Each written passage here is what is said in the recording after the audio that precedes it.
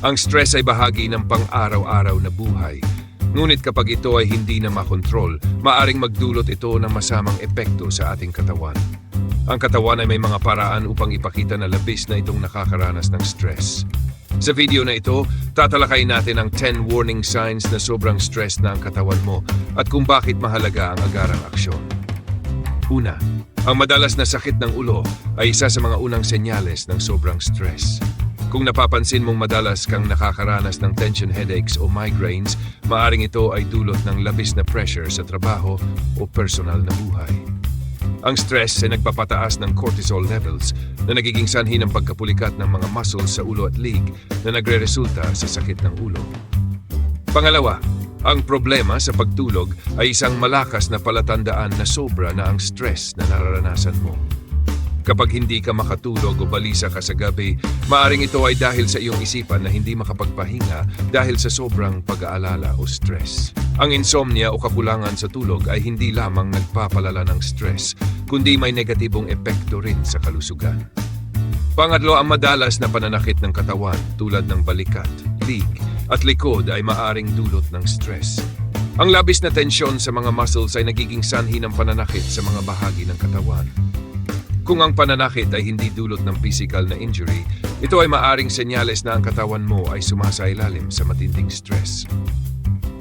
Ang hindi may paliwanag na pagod o panghihina ay karaniwang resulta ng sobrang stress. Kahit gaano pa kahaba ang iyong tulog, kung pakiramdam mo ay wala ka pa ring lakas, maaring dahil ito sa sobrang pagkapagod ng iyong isip at katawan sa patuloy na stress. Panglima, ang hirap sa pag-concentrate o makalimutin ay isa pang indikasyon ng labis na stress. Kapag stressed tayo, ang ating utak ay nahihirapang mag-focus at magproseso ng impormasyon. Ang patuloy na pag-aalala at pagka-overwhelm ay maaaring magdulot ng problema sa memorya at konsentrasyon. Panganim, ang pagbabago sa gana sa pagkain ay isang senyales na hindi maayos ang iyong emotional well-being.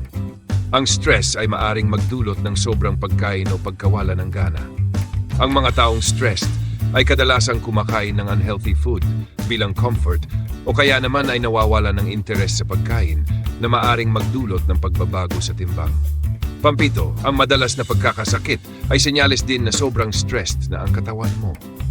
Kapag labis na stressed, humihina ang immune system, kaya't mas madaling magkasakit tulad ng sipon, ubo o ibang infeksyon. Kung napapansin mong madalas kang magkasakit, maaring oras na para suriin ang iyong stress levels. Pangwalo, ang irritability o pagiging irritable sa maliliit na bagay ay madalas na senyales ng stress. Kung mabilis kang magalit o mainis, kahit sa mga simpleng sitwasyon, maaring dahil ito sa pagod ng iyong isip sa patuloy na pressure. Ang emosyonal na stress ay madalas na nagiging sanhi ng mood swings o kawalan ng pasensya.